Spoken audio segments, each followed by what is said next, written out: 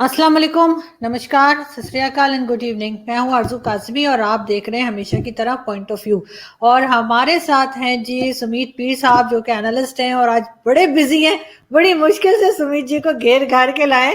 Thank you so much Sumeet ji कि आपने join किया। आई अंडरस्टैंड कि बहुत हेक्टिक डे आपके लिए, बिकॉज बजट आया है। लेकिन इस बजट को आप कैसे देखते हैं? और अभी कुछ देर पहले मैं टीवी 9 पर थी, तो बीच में ब्रेक हुई थी और राहुल गांधी जी का जो है वो प्रेस ब्रीफिंग चल रही थी और उन्होंने कहा कि जी फौज को कुछ नहीं दिया है और काफी नाराज लग रहे थे वो। काफी सारे पॉइंट्स उन्होंने बताए थे, आप जानते ही होंगे।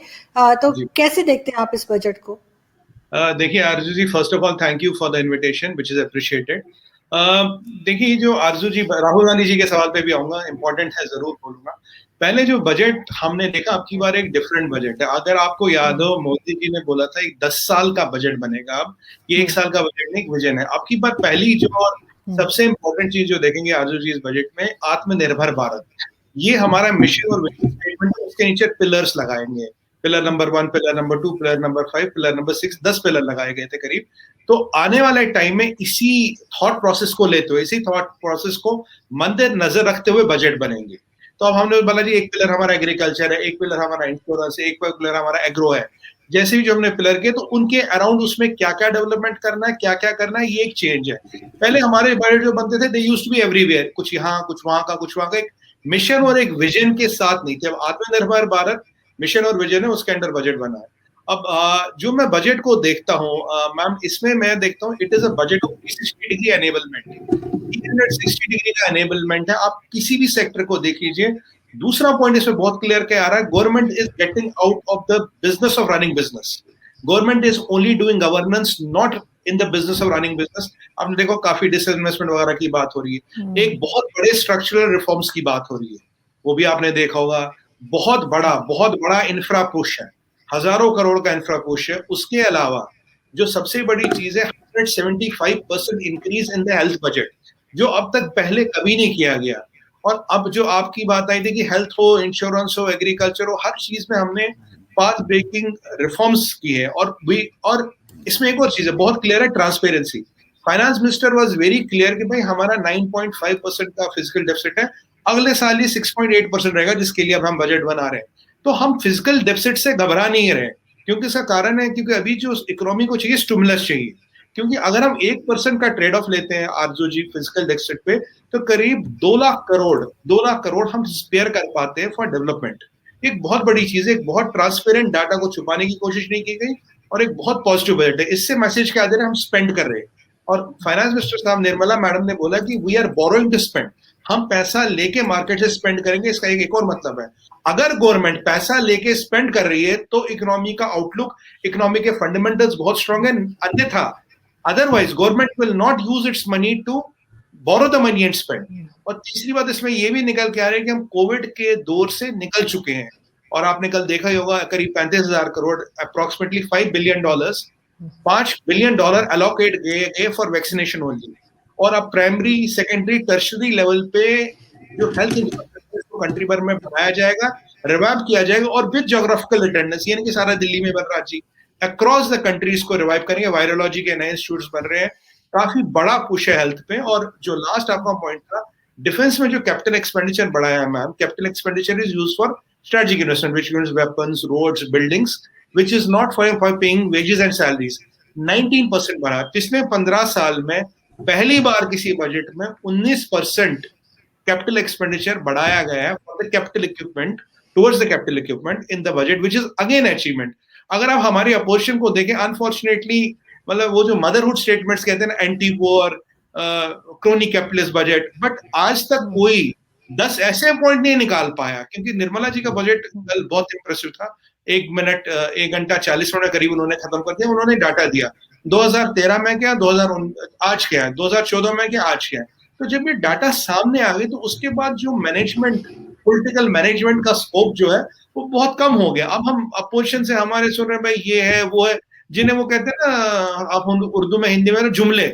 भाई जुमले तो आपने कस दिए, पर ये नहीं बोल पाए कि दिक्कत कहाँ है, प्रॉब्लम कहाँ है। अब 10 फैक्ट उठाइए, बोलिए भाई इसमें ये प्रॉब्लम है, इसमें ये है, इसमें ये है।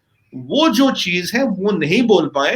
तो मेरे हिसाब से ये बहुत पॉजिटिव बजट है और आने वाले 10 साल अब इसी पैटर्न पे बजट चलते रहेंगे। और जो सेल्फ रिलायंस है, जो आत्मनिर्भरता कहते हैं हम, it's a great step towards that, make in India, आत्मनिर्भर। ताकि जो जियो पॉलिटिक्स बदल रही है, उससे हम पहले भी डिस्कस कर चुके हैं, जियो पॉलिटिक्स के बदलने से क्या होगा, नए समीकरण, new equations will emerge in the world order. So what is India's role going to be in that? आपने कल देखा होगा मस्केट हमारे वैक्सीन पहुंच गए, पर आज यूएई पहुंच गए, कल मैंने देखा जी साउथ अफ्रीका पहुंच गए। अब तो ये पता ही नहीं लग रहा कहाँ कहाँ, अच्छा ब्राजील भी पहुंच गए। हमने तो 8 कंट्रियों को सुना था, अब हर जगह जा रहे थे, फोटो आ जाती ट्विटर पे, यहाँ भी लैंड करके, जहाज यहाँ भी लैंड करके। चलिए अच्छी बात है। और कल ये भी एक बहुत अच्छी बात पता लगी भाई, 2 वैक्सीन 15-20 दिन में एक और अप्रूव हो रहे हैं, तो करीब 4 वैक्सीन अप्रूव हो जाएंगे और 4 और प्रोसेस में है। तो ओवरऑल पॉजिटिव आउटलुक है, गवर्नमेंट इज स्पेंडिंग, हम इकोनॉमी को बूस्ट कर रहे हैं, डिमांड को क्रिएट कर रहे हैं, और ये मेरा टेक है आरजू जी इस पे सो फार। तो सुमित जी, आप क्या समझते हैं कि जो आम आदमी है, जो आम सिटीजन आपके यहाँ जो है, उसके ऊपर इस बजट का क्या असर पड़ेगा? जैसे हमारे यहाँ तो अगर फॉर एग्जांपल बजट आता है तो जो कहना चाहिए, जो जॉब पे जो लोग होते हैं, आम सी नौकरियां कर रहे हैं, कुछ भी काम है, तो वो वर्किंग क्लास तो पिस जाती है। ऊपर वाली क्लास को तो पता ही कुछ नहीं लगता कि हुआ क्या है, लेकिन जो वर्किंग क्लास है सबसे ज्यादा इफेक्टेड वही होती है, क्योंकि आजकल आपको पता है कि कोविड-19 के बाद से जॉब्स का मसला भी है और ये चीज भारत में भी है। तो इस चीज को कैसे आप देखते हैं? देखिए मैम, इसका जवाब मैं आपको 3 पार्ट में दूंगा। सबसे पहली बात, श्योर। एक पहले में ही कहना चाहिए था, कोई नया टैक्स नहीं लगाया गया। एक बहुत अटकल पच्चू, एक बहुत अंदाजे लगाए जा रहे थे, साहब कोरोना सेस लगेगा, कोरोना सेस नहीं लगा। कोई भी नया टैक्स इस बजट में नहीं लगा, ये सबसे बड़ी बात है।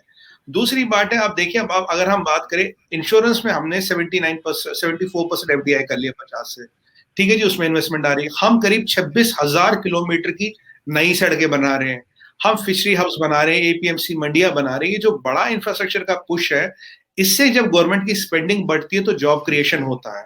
अगर आप हमारा इकोनॉमिक सर्वे देखें तो उसमें एक रिकमेंडेशन आई थी जी, अपनी इंडिया में 65% पैसा जो out of the pocket expense होता है इन टर्म्स ऑफ मेडिकल। अगर मेडिकल इंफ्रास्ट्रक्चर को ठीक किया जाए, ये 30-35% पे भी लाए, ये जो पैसा है जो हम आपको हर एक को मतलब लगाना पड़ता है, ये इकोनॉमी में आएगा। तो काफी जो इकोनॉमिक सर्वे की हमारी रिपोर्ट्स थी, उनको इंप्लीमेंट किया गया। अब देखिए, जैसे एक चीज आई जी, मैं आपको एक एग्जांपल देता हूँ कि अब जो कमर्शियल व्हीकल है, उनका 20 साल के बाद फिटनेस सर्टिफिकेट होगा। अगर वो फिट पाए गए रहेंगे, नहीं तो उनको स्क्रैप करना है। जो पर्सनल व्हीकल्स है, उनका 15 साल का फिटनेस सर्टिफिकेट है। पहले यहाँ व्हीकल स्क्रैपिंग पॉलिसी नहीं थी।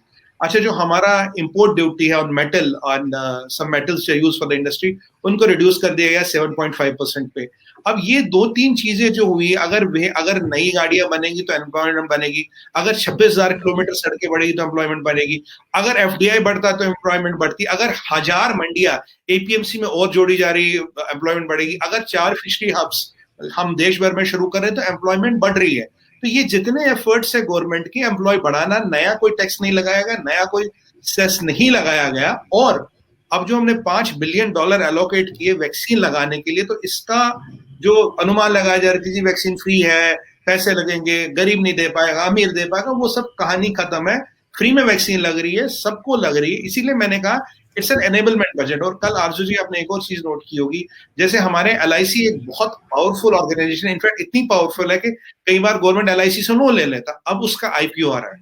अब एलआईसी के आईपीओ से कुछ हजारों, मैं अनुमान नहीं लगा पाऊंगा कितना पैसा जनरेट होगा। हम जो अपना ये कर रहे हैं, what you call this, the technical word is use, हम जो डिमोनेटाइजेशन ऑफ एसेट्स करें, जैसे railway is the biggest network in the world.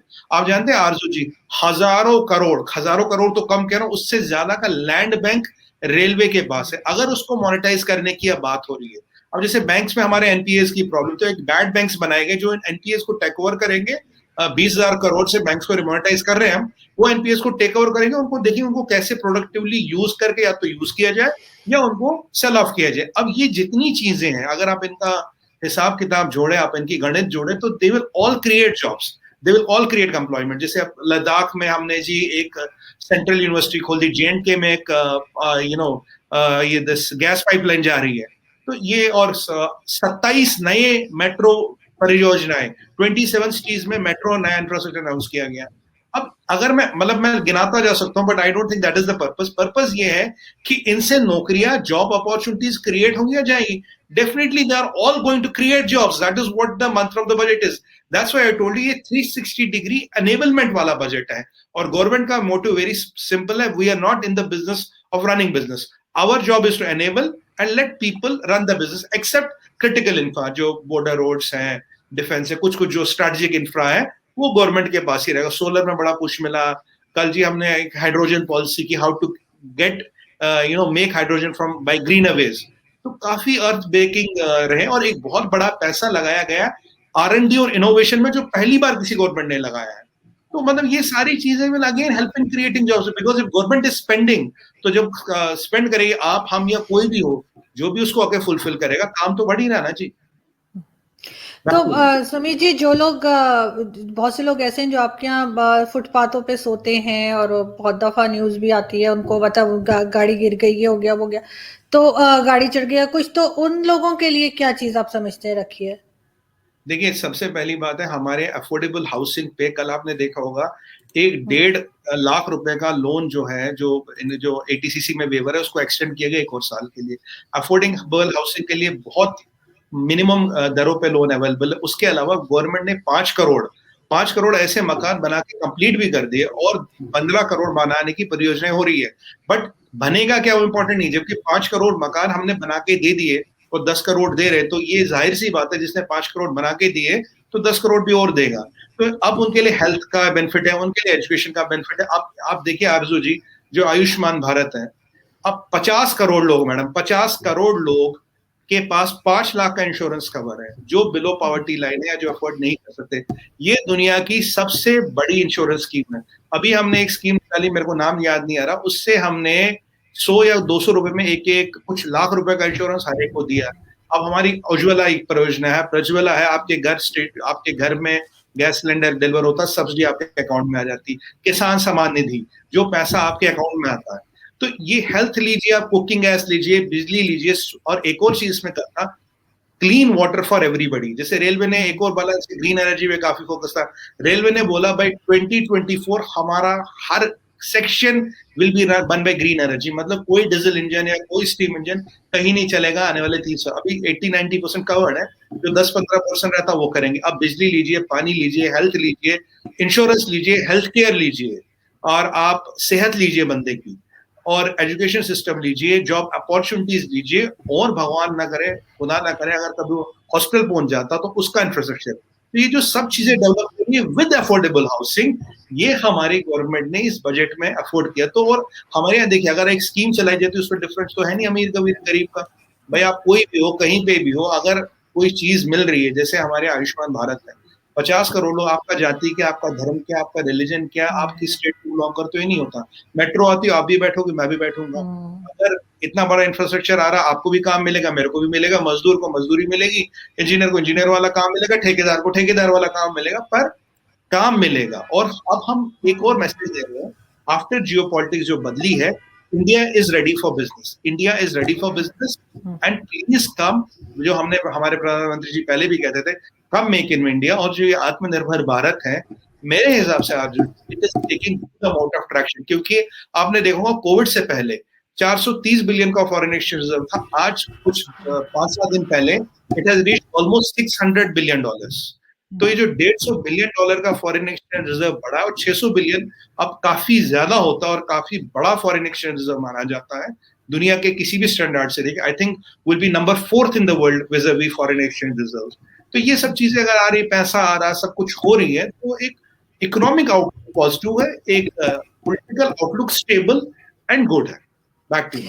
बिल्कुल बिल्कुल ठीक सुमित जी, लेकिन आप उनको क्या कहेंगे, राहुल गांधी जी को, क्योंकि वो कह रहे हैं कि जी चाइना काफी अंदर तक आ गया है, और उसके बजाय कि अपने डिफेंस को मजबूत करें, अपनी फौज को कुछ जो है बजट में ज्यादा रखना चाहिए था। उनका कहना है कि बहुत कम हिस्सा रखा गया है, और ये एक तरह से अपने जो फौजी हैं आपके, जो आपके आर्मी मैन, जाहिर है वो आपके लिए बिल्कुल इम्पोर्टेंट है। हर देश के जो आर्मी में लोग होते हैं वो इम्पोर्टेंट होते हैं कि वो आपकी जो है वो हिफाजत कर रहे होते हैं, आपको कॉन्फिडेंस देते हैं।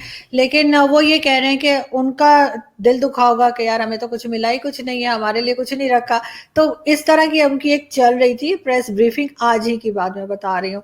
तो क्या कहेंगे आप? देखिए आरजू जी, 3-4 फैक्ट्स बोलूंगा। थर्ड बिगेस्ट मिलिट्री हम हैं आज। बाई बजट हमारा वैसे दुनिया में सबसे बड़ा थर्ड बिगेस्ट बजट है। कैपिटल एक्सपेंडिचर पे 19% कल अप्रूव की। खुद राजनाथ सिंह साहब ने ये ट्वीट किया कि मेरा कहना नहीं है, जो 15 साल में हाईएस्ट है। पीछे जब ये कोरोना का काल करता रहा, हमने $20 बिलियन का इक्विपमेंट तो केवल यूएस से खरीदा, जो ऑफिशियल आंकड़े बाहर है, बाकियों से भी खरीदा, उसके आंकड़े बाहर नहीं, तो मैं बता नहीं पाऊंगा कितना। तो मान लीजिए 10-20 और होगा। अगर 30-40 बिलियन का इक्विपमेंट खरीद रहे, लेटेस्ट अपाची, चिनूक, हरक्यूलिस, आप जो बोलिए वो ला रहे। राफेल की बात है, राफेल आ रही है। अब देखिए, राहुल गांधी जी एक राजनेता है अपोजिशन में। अनफॉर्चुनेटली इंडिया में क्या है कि अपोजिशन अपोज करती है, चाहे मुद्दा हो या ना हो। भाई अब मुझे बताइए, एक फौजी है जी, उसका बेटा आज इंजीनियर है, उसका वो फौजी गांव में, उसके गांव में खेती होती है। एक दूसरा फौजी वो शहर में रहता है, उसको अफोर्डेबल हाउसिंग मिल रही है। अली फौजी को तनख्वाह ही नहीं मिल रही। जो उसका परिवार है, जो उसकी फैमिली है, जो उनकी वाइफ है, जो उनके बच्चे हैं, जो उनके फादर है, मदर है, ये जितनी स्कीमें हैं ये उनको भी तो कवर कर रही है ना। देखिए, फौजी तो ऐसा तो नहीं है फौज है तो हर स्कीम से आउट है। जो मेरे को स्कीम कवर करेगी, फौजी के परिवार को भी करेगी। बाकी 1 रैंक 1 पेंशन लाने वाले भी मोदी जी हैं। ये कुछ हजारों करोड़ का जो ये इतने साल से पेंडिंग था, इसको किसने इंप्लीमेंट करा? मोदी जी ने। मॉडर्नाइजेशन ऑफ आर्मी किसने की? मोदी जी के अंडर हुई। सबसे ज्यादा वेपन प्रोक्योरमेंट, सबसे ज्यादा latest weapon procurement with transfer of technology Modi ji ने की। अभी देखिए, हमें रशिया ने वेपन सिस्टम्स दिए, हमें इजराइल ने दिए, हमें फ्रांस ने दिए, हमें यूएस ने दिए। हमने जिस कंट्री से अभी मांगा, हमें सब वेपन और अल्ट्रा लेटेस्ट वेपन सिस्टम हमारे पास है। और ये सब पैसे से आते हैं। ये सब पैसे तो एक डिप्लोमेटिक लेवल पे भी कॉपरेशन मिल रहा है और एक फाइनेंशियल लेवल पे भी कॉपरेशन मिल रहा है।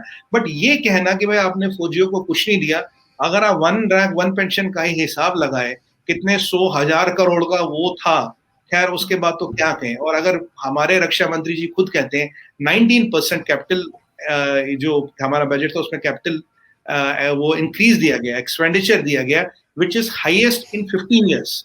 ये भी एक फैक्चुअल नंबर है। बाकी हाँ, राहुल गांधी जी नेता है, वो कुछ ना कुछ कहते रहते हैं। आप जानते हैं कि वो पहले से कह रहे हैं भाई चाइना यहाँ घुस गया, यहाँ घुस गया, पर आज कुछ प्रूव नहीं कर पाए। इनफैक्ट राहुल गांधी जी के बारे में आरजू जी एक बहुत बढ़िया चीज है। एक बार वो कह रहे थे भाई, जो भूटान में हुआ था ना, डोकलाम में, बोले भाई डोकलाम में ये हो गया, वो हो गया। तो एक यूके में थे शायद, तो एक जर्नलिस्ट ने बोला, mister Gandhi, if you are Modi what will you do? उन्होंने कहा, देखो जी, मुझे तो डिटेल पता है नहीं। तो बोला, अगर आपको डिटेल पता नहीं तो आप कैसे कह रहे मोदी जी गलत कर रहे हैं? आप कैसे बोले इंडियन आर्मी गलत कर रहे हैं? देखिए, हर तरह के पॉलिटिशियन होते हैं। आपके यहाँ भी है, हमारे यहाँ भी है, जाहिर सी बात है। अब उनको कहाँ तक रोके? उन्हें भी अपनी राजनीति करनी। हमारे यहाँ वैक्सीन है तो एक पॉलिटिशियन साहब बोलते हैं, नाम आपको पता होगा, भाई ये तो बीजेपी की वैक्सीन है, हम तब लगाएंगे जब हम 2 साल बाद अगर इलेक्शन जीतेंगे तब लगाएंगे। अब जैसे वैक्सीन उनके उनके पीछे जो कुआं है दफ्तर में, उसके पानी से बन रही हो। अब ऐसी चीजें होती हैं। अब क्या करें, कंट्री है, लोग कुछ भी बोल देते हैं।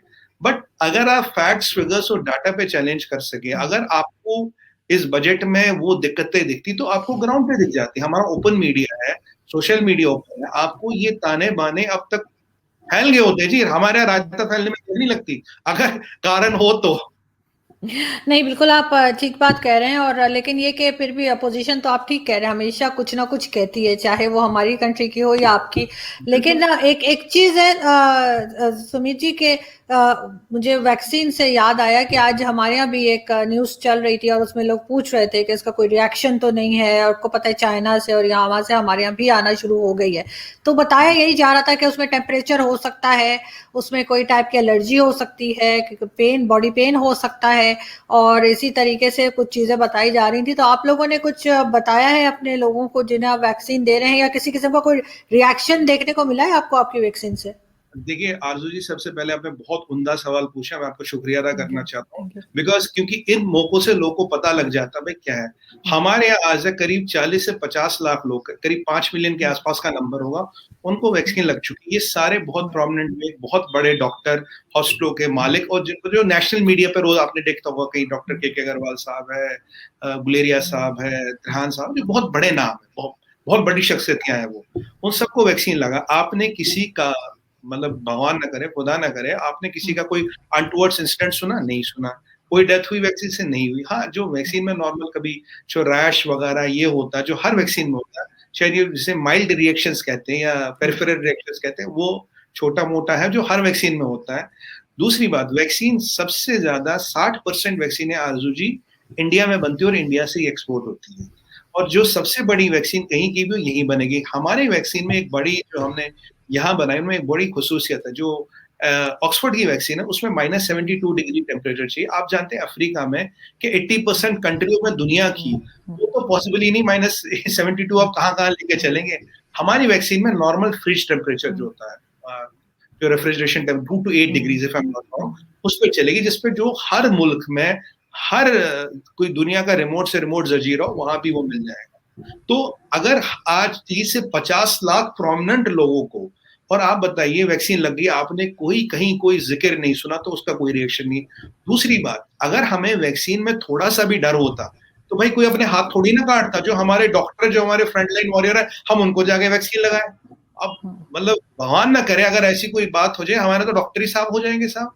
तो वो सब ये अटकलें लगाई गई थी मीडिया में, ऐसा कुछ नहीं है, because now proof is on the ground. और आपको चाइनीज वैक्सीन की बात करूंगा, आपने देखा होगा चाइना में एक डॉक्टर थे, एक पहले डॉक्टर ने बोला भाई वो चाइनीज वायरस आ गया, कोरोना वायरस जिसे लोग कहते हैं। दूसरे डॉक्टर ने बोला 73 साइड इफेक्ट्स है आपकी वैक्सीन में। अब वो डॉक्टर गायब हो गया, लास्ट की तरह वो अपॉलजी देगा, फिर वो गायब हो जाएगा, फिर एक दिन आप जानते हैं क्या होता है चाइना में। तो चाइना की ये आरजू जी सच्चाई नहीं है कि ब्राजील में चाइनीज वैक्सीन फेल हो गई है, हमारी वैक्सीन गई है। यूएई में चाइनीज वैक्सीन फेल हो गई है, हमारी वैक्सीन गई है। आप मुझे बताइए, मस्कट में चाइनीज वैक्सीन फेल हो गई, हमारी गई है। साउथ अफ्रीका में चाइनीज वैक्सीन फेल हो गई, हमारी गई है। मैंने ये 4 इसलिए लिए क्योंकि यहाँ चाइना ने कहा हमारी वैक्सीन गई है। भाई तो लास्ट टाइम खूब बढ़िया कर रही, लास्ट टाइम ब्राजील वालों ने तो जहाज में बोला भाई जहां वैक्सीन डाल दो, भेज दो। आपको ये भी पता होगा चाइना की वैक्सीन डिप्लोमेसी है, ब्रीफ केस लेके जा रहे थे आजू जी $2 बिलियन डाल के, भाई ये पैसे लो हमारी वैक्सीन लगा। कोई वैक्सीन लगाने वाला नहीं मिल रहा दुनिया में, क्योंकि जब से इस बात का खुलासा हुआ 73 साइड इफेक्ट्स, और उनमें से 20-30 तो फेटल साइड इफेक्ट्स। एक साइड इफेक्ट होता है जी मुझे हल्का बुखार आ गया, थोड़ी खाली, एक होता है fatal side effect like high blood pressure and cerebral damage. आपका क्लॉट बन सकता, आपका ब्लड प्रेशर राइट हो सकता है, आर्टरी बर्स्ट हो सकती है।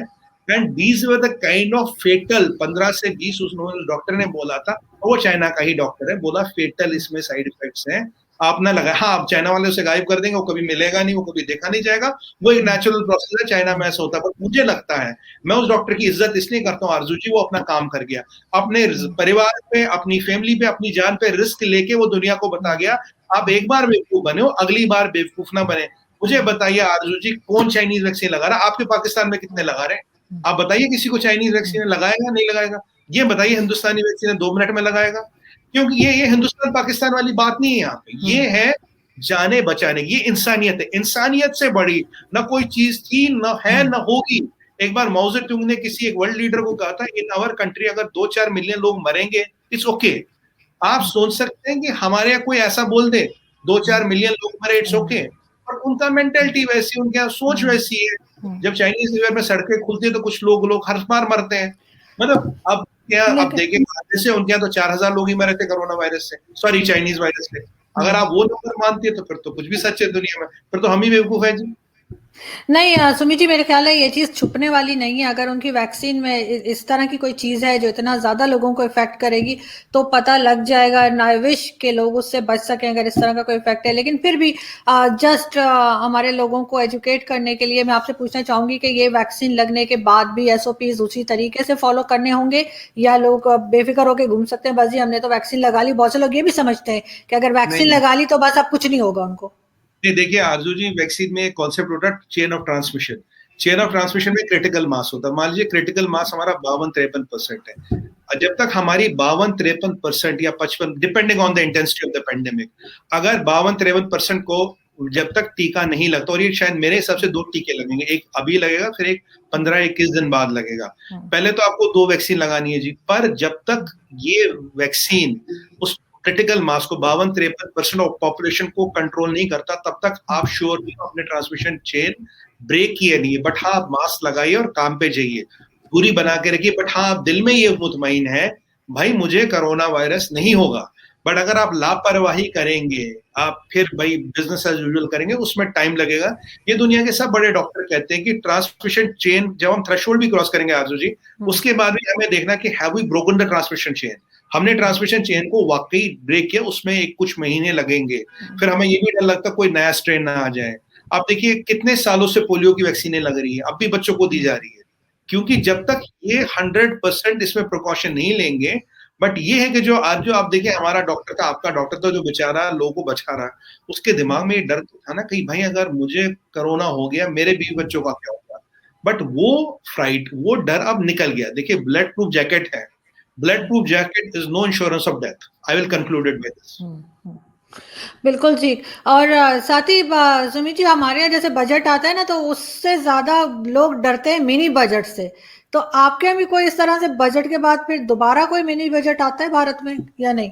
नहीं जी, ऐसा कुछ नहीं है। पहले हमारे एक जमाने में रेलवे बजट अलग आता था, और ये बजट मार्च अप्रैल में आता था। अब की बार हमने इसको कोशिश की है 1-2 साल से, तीसरा साल है शायद अब, कि हम इसको बिल्कुल कैलेंडर ईयर के साथ ही लाए। इसलिए 1 फरवरी का जो डेट होता है, ताकि पूरे 11 महीने मिलते हैं इसको इम्प्लीमेंट करने का। मिनी बजट वगैरह कुछ नहीं आता। हमारे यहाँ लोगों का जो रिएक्शन रहा, इंडस्ट्री का रिएक्शन रहा, बहुत पॉजिटिव रहा। अगर आप देखेंगे स्टॉक मार्केट कितने उछले, देखिए एक बैरोमीटर होता है stock market. Stock market Nifty हो, बीएससी हो, सब उछले हैं। आउटलुक अच्छा है, इंटरनेशनल मीडिया में इसका अच्छा कवरेज है। लोगों का मैं बोलूंगा कि हाँ, जो वो था रिएक्शन, वो बहुत अच्छा था। हाँ, थोड़ा बहुत मिडिल क्लास में नाराजगी तो हमेशा ही रहती है, भाई हमें थोड़ा बहुत टैक्स कट मिल जाता, वो कुछ हुआ नहीं। बाकी जैसे मैं एक एग्जांपल बोलूंगा, जैसे टेक्सटाइल में हम बहुत बड़ी चीजें कर रहे हैं, 60 टेक्सटाइल पार्क्स बना रहे हैं टेक्सटाइल को इम्पोर्ट करने के लिए। तो इसमें एक एक छोटी छोटी चीज का, इसीलिए मैंने बोला 360 डिग्री एनेबलमेंट, एक एक छोटी छोटी चीज का मतलब व्हाट यू कॉल दैट, एक ध्यान रखा गया, ताकि हम डिमांड को, देखिए बजट का मेन मुद्दा था गवर्नमेंट खर्च करे, पैसा लगाए, ताकि डिमांड क्रिएट हो, लोगों में डर निकल जाए। वैसे भी वायरस आने, सॉरी वैक्सीन आने के बाद तो काफी डर निकल ही गया। अब गवर्नमेंट पैसा लगा रही, खर्चा कर रही, तो जो बाकी रहा सा डर भी था वो भी निकलेगा। पर हाँ, वो कहना मास्क लगाना, 2 गज दूरी रखना, जो भी हमारे सेफ्टी प्रोटोकॉल्स हैं वो रखना बहुत जरूरी है, क्योंकि अभी हम इस महामारी से नहीं निकले हैं। हाँ, हमने सेंध लगा दी है इसके किले में। हम जो ह्यूमैनिटी है that has prevailed over the virus, but still there is time before we can declare a win. बिल्कुल ठीक। अब यहाँ पे मैं आपका बहुत शुक्रिया अदा करना चाहूंगी सुमित जी कि आपने ज्वाइन किया।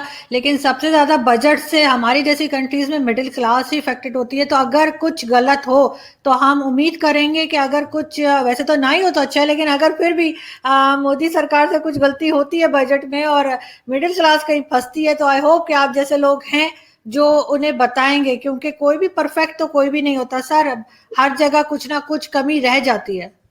आरजू जी बिल्कुल सही फरमाया आपने। अगर आप देखिए, इससे पहले मोदी जी ने एक बहुत अच्छा स्टेटमेंट दिया था, बोले आज हमने छोटे छोटे कई सारे बजट इससे पहले लाए हैं। जो पहले $300 बिलियन का इकोनॉमिक पैकेज था, फिर दूसरा आया, फिर तीसरा आया। ये जो इकोनॉमिक पैकेज आएगा ये ऑलरेडी रोल आउट हुए हैं। ये नहीं कि सारा बजट का ही वेट कर रहे थे, पर हाँ, हमें तब ये नहीं पता था कि ये पेंडेमिक कितना बड़ा है, कितनी देर तक चलेगा। पहले $300 बिलियन का लाया, फिर दूसरा लाया, फिर तीसरा लाया। अब जो बजट है ये उसी सिलसिले में, उसी मरहले में एक चौथा स्टेप है। पर ऑलरेडी मिडिल क्लास को काफी चीजें जो इसके दौरान थी, अगर आप देखिए, हमने करीब 70 करोड़ लोगों को मैडम कई महीने तक फ्री खाना पहुंचाया। 70, ये दुनिया का सबसे बड़ा फूड प्रोग्राम था। 70 करोड़ लोगों को खाना पहुंचाना, उनके घर पे पहुंचाना, कहीं भूखमरी ना हो, कोई भूख से ना मरे, चाहे इकोनॉमी बंद रही वो रही। और हमने एक चीज मैं जरूर बोलूंगा आपको लास्ट में, हमारे पास एक ऑप्शन था कि हम ये स्ट्रिंजेंट लॉकडाउन नहीं लगाते, पर फिर कुछ ज्यादा लाख लोग और मरते। हमने लाइफ को प्रेफरेंस दी ओवर लाइवलीहुड। पर अब जिंदगी is back to track, life normal हो रही है, तो अब लाइवलीहुड इकोनॉमी को और लाने की जरूरत है। और मिडिल क्लास तो हमारा बैकबोन है मैडम। मिडिल क्लास इस कंट्री को चलाने वाला मिडिल क्लास है। जो इसमें इंटेलेक्ट आता है, जो इसमें आईपीआर आता है, जो हमारे घर, ऑफिस, कारखाने, जहां भी इंटेलेक्ट है, जहां भी माइंड आईपीआर है, वो मिडिल क्लास से ही आता है। और मिडिल क्लास को लास्ट ईयर भी बजट में काफी कुछ मिला था। और हाँ, उम्मीदें होती है, आप कुछ, हर कोई ज्यादा उम्मीद रखता है, बट अगर ऐसा कुछ तो मेरे को पूरा ये यकीन है कि एक नया पैकेज कब आ जाए, मोदी जी कब अनाउंस कर ले, निर्मला जी कब कर ले, this is not the last picture, अभी बाकी है मेरे दोस्त। बिल्कुल ठीक। Thank you so much Sumit ji, बहुत शुक्रिया। Thank you. Thank you. Thank you.